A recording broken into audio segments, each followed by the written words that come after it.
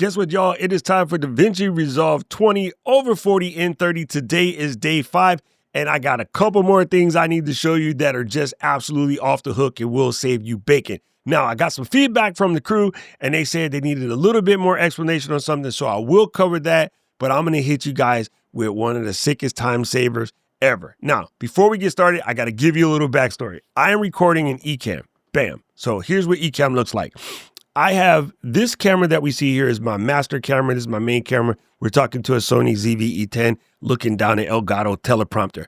Over here is my overhead camera, and I just made a quick video talking about these Anker chargers, and I'm going to show you how easy and why I'm telling everybody you need to learn to master the cut page, because the shortcuts that I'm about to show you will blow your freaking socks. But before we get in, I'm going to show you where Ecamm makes this shine. So this is the Ecamm preferences palette. And here you'll see I have it set to record, and I'm recording isolated video tracks on camera A, that's this guy. And then I'm also recording on camera B, that is the overhead. I've set the audio on both of these guys to primary mic and primary mic.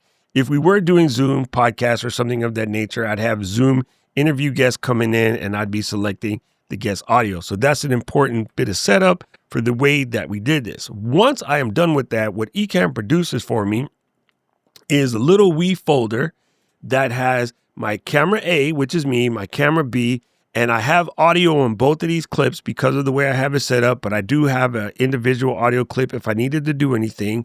And then I have the one that's all the pieces smashed together, but I didn't actually do too much switching while I recorded this because I knew I was recording this for Davinci, and this is why the time savings comes in. So what we're going to do real quick is pop open the Davinci of the Resolve. Let's bring that to the front. Let's let it do that thing. And again, yes, I am using Studio 20, but you can do this in the free version. So what we want to do is go ahead and I'll bring up this Anker timeline because funny enough, I recorded this before, but funny story is I recorded it with no audio. So that was just borderline stupid. So we had to do it again. So let's come back over here, bring Finder to the front. I'm going to select camera A and camera B. I don't need any of the other files because those are already collected, and I'm just going to drop them into the media pool, and then I will go ahead and change them because I don't know what frame rate I set it for. I'm also going to grab this little graphic here and throw that in because I'm going to need that later. So what you'll see is if I click on this master clip here and drop it down to the timeline, is I'm just going to press a pin, and that's going to bring this to the timeline. So this is me talking, and hopefully the audio, yes, the audio is working. So all I need to do is trim this, and I do need to explain to people what a trim is, but let's get in. We're going to call that a day. Low battery. Everybody hates to get that warning, low battery, whether it's your headphone or your camera or your regular phone, or even nowadays, your batteries need batteries. We are always looking for somewhere to charge, and whether at the desk or on the move, you got to find yourself a really good, safe, easy to use charger, especially when you travel a lot. You're in airports and there's things like travel charger jacking. Bring your own charger. Let me show you some of the ones that I use, and these guys are clutch. First on deck, we have this little small Anker here, and this is a 6-port. I want you to notice something, right? I'm not showing what that looks like, and this would be tragic. However, bring your own charger. Let me show you some of the ones that I use, and these guys are clutch. Start right here. I'm just going to hit the endpoint. That's just with an I. You just press the I key for an endpoint. Notice up here, there's a little gray marker indicating that I did this. So now I'm going to do this again. I'm going to play a little faster. First on deck, we have this little small Anker here, and this is a 6-port charger, 3 USB-Cs, 3 USB-As. This guy comes in at 11 ounces and packs 112 watts of power. My favorite thing about this charger is that it's more than one ports and way more power. That is the 112 watt Anker 3-in-1. Again, that guy is only 11 ounces. Okay, we're going to stop right here. Press an out point. And this is where this is cool, right? This is where this is cool. All I need to do is come up here to the top, select on my B camera clip. Let me double click it real quick. Notice that this sucker is upside down. So the first thing I'm going to do is right click on it, go to clip attributes, and we're going to try to flip it and see if that does it. Nope, got to add one more clip attribute, and I need to flip it again and then say, okay, now it's proper. But without touching anything else other than the flag, other than the fact that I flipped it, all I need to do is right here in this middle section, there is something that's known as source overwrite. Okay, this is where this is a clutch. I'm not creating a multicam clip. I'm not doing anything other than selecting the clip in the timeline and pressing source overwrite. And now if we come back here, these guys are clutch. First on deck, we have this little small Anker here, and this is a 6-port charger. You see that? You see what I mean? Like in standard editing, what we have done in the past is you go in and you build these multicam clips, and then you got to pick your sources, you got to synchronize the clips, you got to do so forth, so on, etc. But with Davinci Resolve 20, even a noob, someone who never edited before, if you have the ability to record multiple cameras and get the audio that's sort of all synced because they're just all shot at the same time, you don't even have to do that. It's already in place. But let's dive back in and show you some more of the cool school stuff. Now, if I were to take this particular clip and say slide it out of the way, notice I'm going to get a little red marker here that tells me that that clip is out of sync, right? That little marker tells me that the clip is out of sync. Now, with overhead shots like this, it doesn't make that big a difference, but all I would need to do is come over here to the top of the timeline, press on this icon right here and say resync the clip, and it moved it back into position. Notice that the red icon is gone and my hands is where my hands is. Now, I know that on this particular track, I didn't do any cutaways. My whole overhead talking was my whole overhead talking. So in theory, I can just grab this guy and pull the trim and just pull it all the way out. You can until I get to the end. And see where I'm talking about right here. Looking for something real.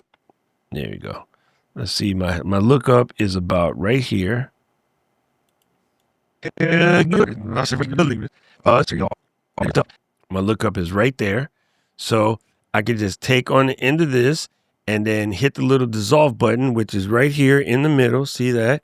I hit on the dissolve. I'm going to make the dissolve a little skinnier because, you know, don't need to be that fancy. We're going to do like a quick little 10-second dissolve, which is like a third of a frame. And then if we were to play that out, this guy is 200 watts at 1 pound and some change. And this one is just a simple 11 ounces, but 112 watts and will charge all your stuff. So if you're looking for something really good, okay. So the only thing that you hear is I do have double audio. And one of the things that I could have done to eliminate that when we first started is over here on the side. Oh, I just zoomed the wrong window. Over here on the side, I could have said video only when I did that first insert, and then it wouldn't add the second audio track. But fret you not, a couple of things I could do here is click on the audio track by expanding it and then just bring this audio track down, or I can just simply mute it and then it won't do double audio. 11 ounces. So simple as pie. That is a cool way. If you are doing any sort of product videos or something where you're doing a craft, you need to show your hands, you need to talk, you don't have to keep switching back and forth. You can just record and look at the camera when you want to address people like I'm doing now, and look at your hands when you need to show the craft or whatever you're doing, but you just bring it in the Resolve, and without making any multicam clips, you can just chop it up. I mean, just chop it up. It's that simple. Now, I got some feedback from the community that needed to get a better understanding around some of the editing buttons. So I want to explain them again, and hopefully this makes this a little bit more clear. So let's press this in and dip back into Resolve. So right here in the middle, this is where things get confusing because we have the smart insert, and that's where, you know, Davinci would try to just automatically drop a clip in the right space closest to this red marker. So where this red marker is, if you told it to insert a clip, it's going to be just inserted in the proper vicinity of that red marker. That's what a smart insert does. Append means add the clip to the end, but this ripple overwrite gave some people some problems because they're not understanding the general editing terms of ripple and slip and trim and slide. Now, these are very common editing terms, but of course, if you don't know what they mean, it can seem a little daunting. So I'm going to explain them real quick in a nutshell. Let me just finish going over these. We do have the close-up button, which is something that's really cool about the way Davinci works, to place on top, which is sort of what I did here. You notice that this timeline is on top of this timeline, and I didn't say cut a hole. And what Source Overwrite did was says I can select the new in and out point and then click on a different source clip, and it will replace that product with the same size clip in the same size hole as your in and out points. I know in some of the other editors, we're not necessarily marking in and outs, we're just dragging things, but this just makes it a little bit more accurate and a little bit more easy. So let me show you the close-up one real quick. If I were to come to, I just want to take this where my hand is, and let's mark an endpoint there. And then I want to slide this over. And then right there when I'm about to put it down, mark the out point. And so what I could do here is just come to this clip and then say zoom, right? Let's do the zoom, the close-up rather. And the close-up is it creates a embiggen section. If I come up here and press on my tools, I can realign this particular clip so that it's a little bit more in the middle. And then there you have it. I don't have to do anything special, no keyframes, no whatever. So if we are allowing that to change, and this one is just a simple 11 ounces, but 112 watts. And there you go. That's what the close-up will do for that. So now let's jump over to another timeline real quick so I can explain better with these ripplings and all of these myriad sorts of things. Let's come over to, say, this people situation here, and let's delete everything on the timeline here. Let's get rid of all of this. Let's select all and delete. So we're going to grab all of these weed clips, and we're just going to hit the append button to drop them on the timeline.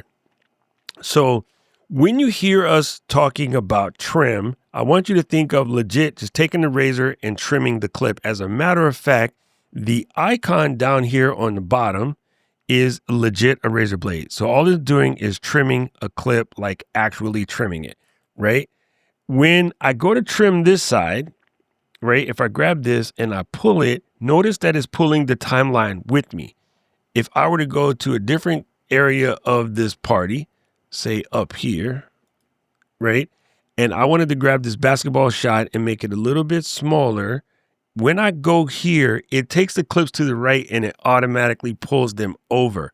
This is what's known as ripple editing. And the way you think about that is, if I were to, say, have a stack of books, and in that stack of books, right, I have,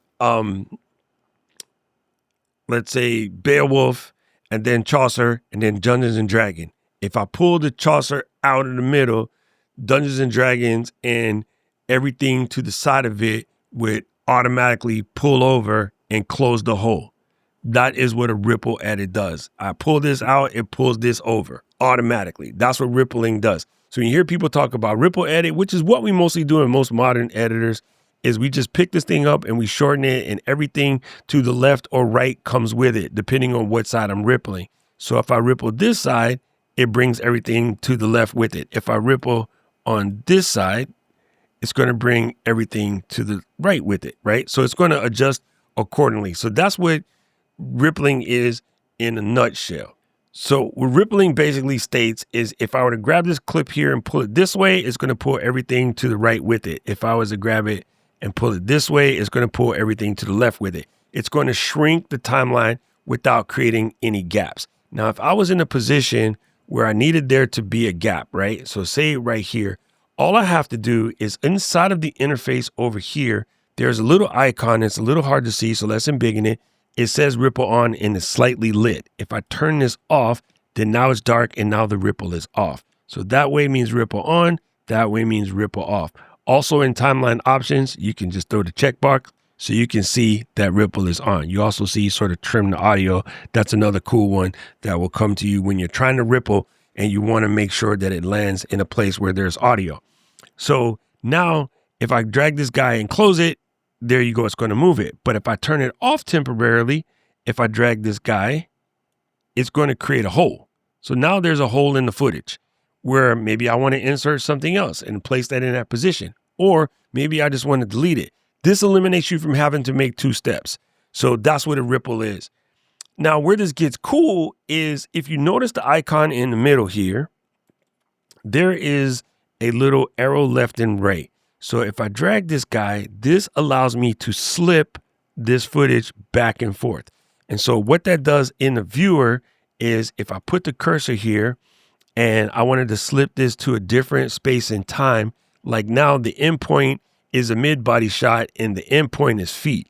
But maybe we wanted to make it like a little further away like this, right? So now the endpoint is going to be where her hand is in the back, and then the out point is going to be where the sun is coming in. Say also here on this clip, let's pick a different clip, right? This guy is wakeboarding and kite surfing. That's the word I'm looking for. There's not a lot of action right here. Head's kind of chopped off. There's a jump. But let's say we wanted to start here, right? I could just take this slide and pull it over, but it's turning red because I don't have any header. So if I were to pull this in a little bit and see, turn my ripple back on, right? If I pull this in a little bit, now I have control. So I can sort of slide this footage back and forth and get it right before he takes off on the jump. And then, of course, I can take the other side and close it up. So that allows this clip just to be, you know, where the dude is taking off in the air and then he's going to hit the jump. Right? He's going to spin a little board and then stick it right beneath his foot. And as soon as he lands, if I wanted that to come out like as soon as he landed, but I didn't want to change the length, all I would need to do is hold this button and move it over until right when he lands, I'm looking at the upper right window. And so that's that. And now when it comes out, he's going to land, but I didn't change the size of the hole in my footage. So that's what that does. Now, the next one is what's known as a slide. That was a slip. Now we're going to do a slide. I like this clip. I like exactly where it is. I like the duration. I needed to happen a little bit sooner. Notice if I zoom in real quick, notice if I hold the shift key, it turns into a different button. So this is saying take the edges and kind of move them in and out. Everything, adjust the timing of the clip inside the brackets. So the in and the out don't change, but we're just adjusting this. If you're thinking about this from the standpoint of looking out the window, you're like this and you're just kind of moving it along. That is your slip look, right? But if I hold down the shift key, it turns into the slide. I can move the whole dang window. Of course, that clip is the wrong size. Let me pick a different clip. See, now I'm moving the whole window, right? Let's center this so we can see what we're doing. And let's make this just a little bit shorter. If I hold this button here, I'm moving the whole clip up and down the timeline without readjusting any time. If I had a music that was the exact same length, nothing's happening. I'm just making this event happen faster without messing up any of the rest of the clips. So that is a slide. We don't use that very often, but there are definitely times where you may need to do that. So if I were to take this and make this really, really short, but I wanted to slide it into a different portion, let me make this really short.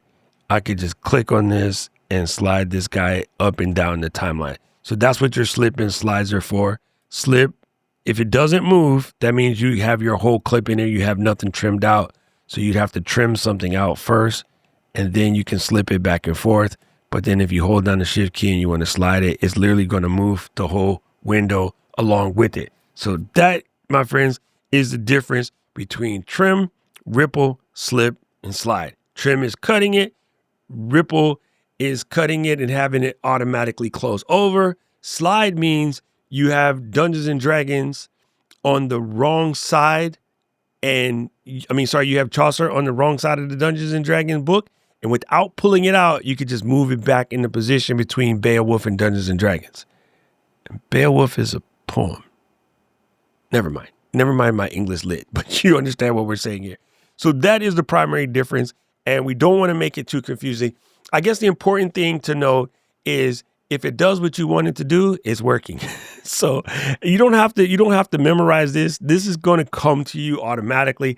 I mislabeled them or missay them all the time, but the edit still comes out. So I don't want you to spend too much time on it, but we did want to make sure that you had a basic understanding of it so that when you're in to win, it will all make sense and you won't be like overwhelmed by the fact that you don't know the names when you hear somebody say in another tutorial talking about slipping or rippling or something of that nature. At least now you know it makes sense. Day 5 in the books. I don't know who need to hear this, but I definitely want you to know about how to do that source overwrite. That is one of the coolest tools in the program. Of course, we got a whole 30 days of this, so sweat you not. More is coming. So if you don't want to miss this and you want to learn Davinci from the crawling stages, like not all up in your face, like, you know, I'm the world's best editor, this is the spot because I know how to edit. I just know how to edit in Davinci. So you get to learn as I learn. So if you think you feel stupid, I feel stupid too. See? Right about now, the algorithm is going to show you another video they think you should watch, and I agree with them. See you on day 6. I need to know everything, who and the what and the where, I need everything. Trust me, I hear what you're saying, but act like it's new what you're telling me. I'm curious, George, I hop in the Porsche, it's 5 and a horse, I'm ready for war, I'm coming for throats, to turn to a ghost, I need to know everything. Now you be surprised at the info you get is by letting them talk, so I'm letting them talk. Gotta keep quiet.